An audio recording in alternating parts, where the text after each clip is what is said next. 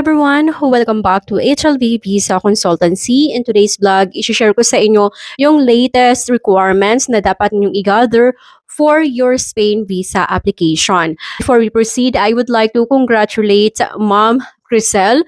Approve po yung kanyang visa to Spain.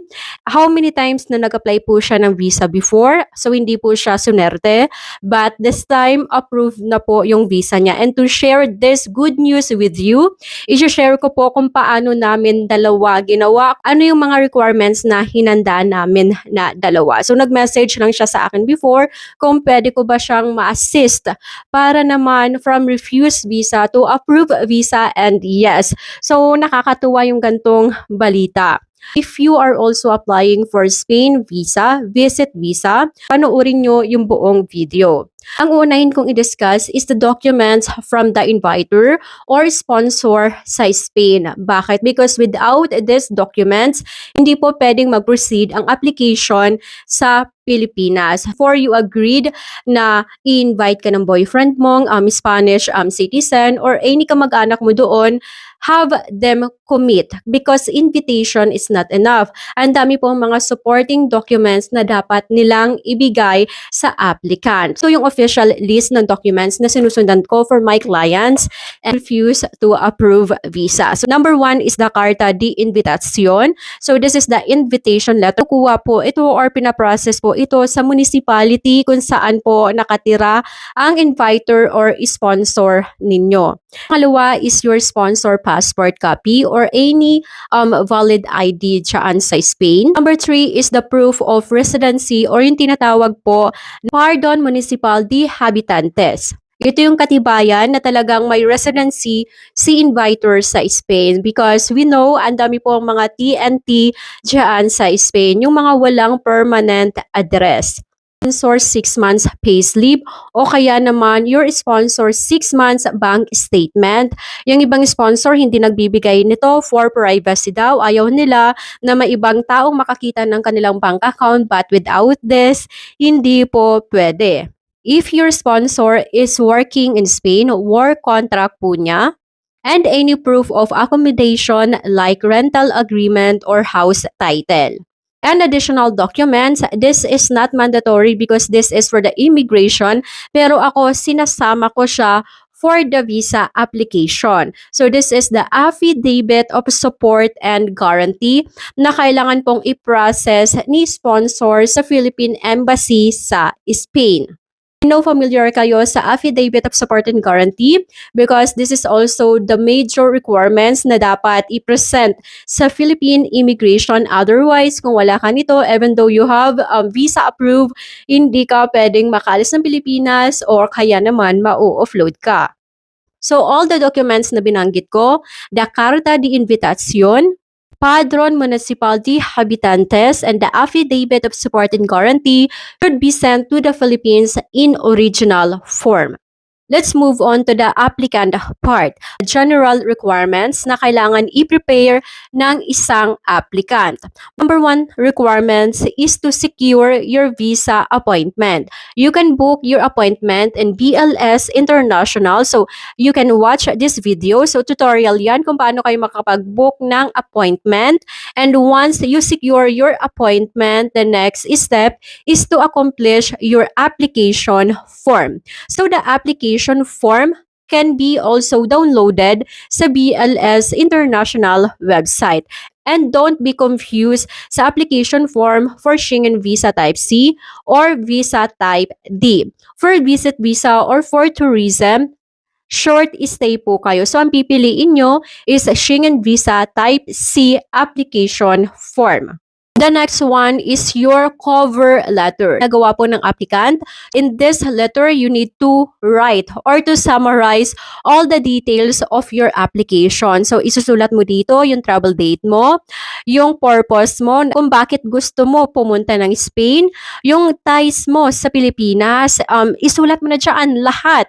Cover letter is also one integral part of the visa application. The next one is your passport size ID photo. And sabihin nyo lang sa mga photo studio, pa-picture po kayo for your visa application to Spain. Alam na po yan ng mga photographer doon kung anong size at ano yung mga requirements na dapat nilang gawin sa ID po ninyo when you say visa application is your original passport. So, old and new passport. So, kung meron kayong old passport, dapat ipapasa nyo din po yan. Yung iba, tinatapon nila yung kanilang old passport, which is hindi po recommended magtapon ng any old passport, lalo na if you have there old visa or old immigration stamp. So, kung meron kayong old passport, ipapasa din po yan together with your new passport. Doon po sa latest passport ninyo, make sure na malayo pa yung expiration. Kasi even though visa approved ka, once the embassy noticed na ay medyo malapit na yung expiration mo, 6 months na lang mag-expired na, they will refuse your application. So, sayang naman. The next one, the photocopy of your passport bio page, old and the latest passport. Any valid ID. So if you have your SSID, national ID, driver license, PRC ID, you can submit at least one valid ID and your travel health insurance. So be careful about this kasi hindi kayo pwedeng pumili ng travel health insurance sa kung kani-kaninong mga insurance company. Spain Embassy, they just have an accredited travel health insurance company kung saan po kayo bibili ng insurance. So you cannot buy sa BDO, you cannot buy sa Manulife.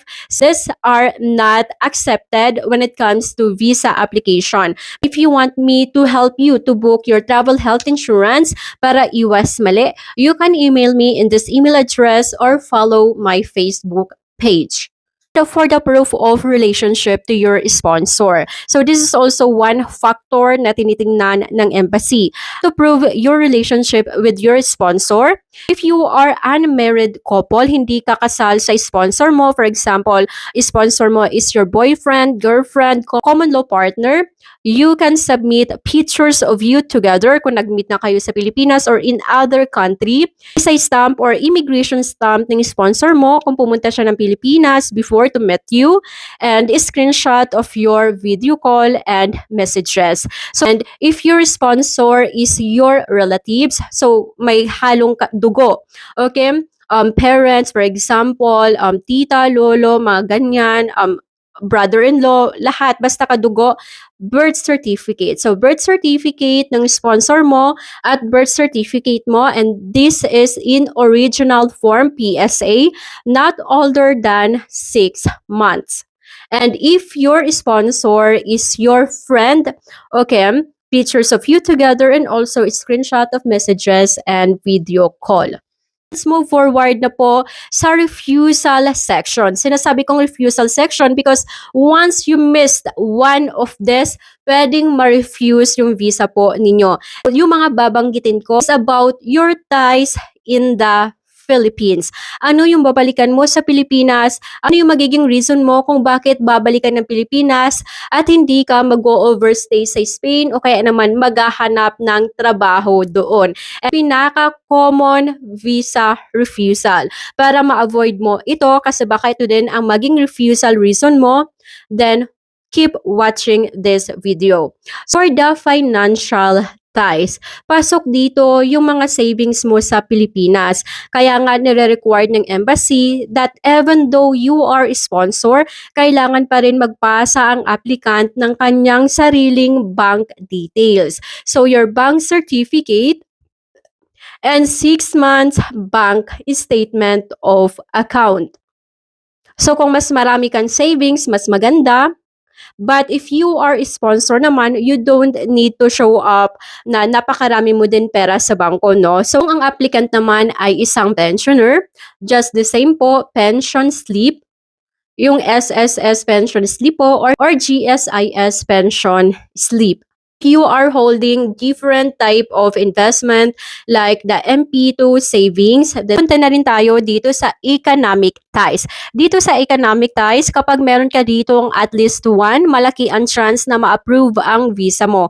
Kasi isa ito sa may pinakamataas na factor na kinoconsider ng embassy para talagang masabi mo na babalikan ng Pilipinas. So dito sa economic ties, pasok dito ang employment. If you are employed. Malabo yung chance na maghanap ka ng work sa Spain o kaya naman you let go your work sa Pilipinas para maging TNT sa Spain. So if you are working in the Philippines, so you need to prepare all of this. Work certificate, leave of absence, no objection letter from the company, your 6 months pay slip, o kaya naman 6 months payroll, your company ID, and if you are paying tax, income tax return from the BIR. Another example of economic ties is your properties, house, land, vehicles, any. So for this, you have to submit the property deed of sale or title. You don't need to pass all the original one kasi pagdating dito, okay lang kahit na photocopy ng title o kaya naman ng deed of sale ang ipasa po ninyo sa embassy. But then, during the submission process, you need to bring the original. Just to note, just for the BLS agent to note that you have presented the original copy during your submission. Another example of economic ties is your business. If you are self-employed and you are managing your own business. So ito yung mga kailangan mong ipasa, DTI certificate, barangay clearance, mayor's permit, income tax return coming from the BIR and BIR registration. Hindi po pwede yung DTI lang because the DTI is just the registration of the business name. So hindi pa po yan yung basihan or hindi po dyan makikita if your business is your major source of income. Napapatunayan yan kapag ang business ay may income tax return. So in all visa applicant na in-assist ko na may business with BIR visa approved. So isa yan sa hinahanap ko din sa mga applicant ko, ma'am, do you have business or you have employment with BIR? And if they say, yes, I have po, ayan, tinitok note ko na malaki yung chance na ma-approve po kayo. Family ties. Dito naman sa family ties, pasok dito yung mga minor na anak nyo na maiiwan sa Pilipinas.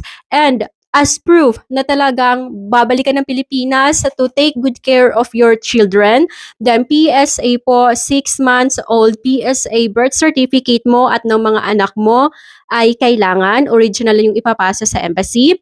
And if you are married sa Pilipinas po, for example, your inviter is your relatives sa Spain, then marriage certificate, kailangan sasabihin mo may asawa ka sa Pilipinas na babalikan. Ginagawa ko sa mga clients ko, aside sa birth certificate, nagko-compile ako ng photos of them ng buong family. Ayan, yung mga bonding time nila, and I wrote some description about this photo, and it is very touching kasi hindi lang nakikita ng embassy yung pangalan nila sa birth certificate, but they can visualize o kaya naman nakikita nila yung mga itsura ng anak and how happy you are sa mga bonding ninyo doon sa photo na kasama yung anak mo. Yung may mga inaalagaan na mga senior parents. So kung inaalagaan mo yung nanay mo, yung tatay mo, that totally relying to you, then you can use them. So their birth certificate and medical certificate. Avoid using your parents na sila yung magiging ties mo sa Pilipinas if they are not yet older enough not to say na they are totally relying on you. At para naman sa mga student na pupunta ng Spain within the school calendar days, ito yung mga kailangan yung ipasa: enrollment certificate, school ID, and yung leave of absence po ninyo. Then, your flight reservation. So, for the flight reservation, kaya nga reservation because you don't need to have the real or actual flight ticket. So you don't need to pay for this. Okay, don't be fool o kaya naman don't misunderstood na kapag bumili na kayo ng actual ticket na talagang babalik kayo ng Pilipinas, this will add points to your application. Hindi po. Actually, ang tinitingnan lang ng embassy sa flight reservation mo or sa flight ticket is your itinerary kung talagang Spain yung inyong destination country and if you are really leaving Spain based sa exit date na nilagay mo sa inyong application form and list of activities. So applicants, they are not including this, kung ano yung mga gagawin nila sa Spain, what are the places na gusto nilang bisitahin, but me, I always make sure na meron ito ang aking client.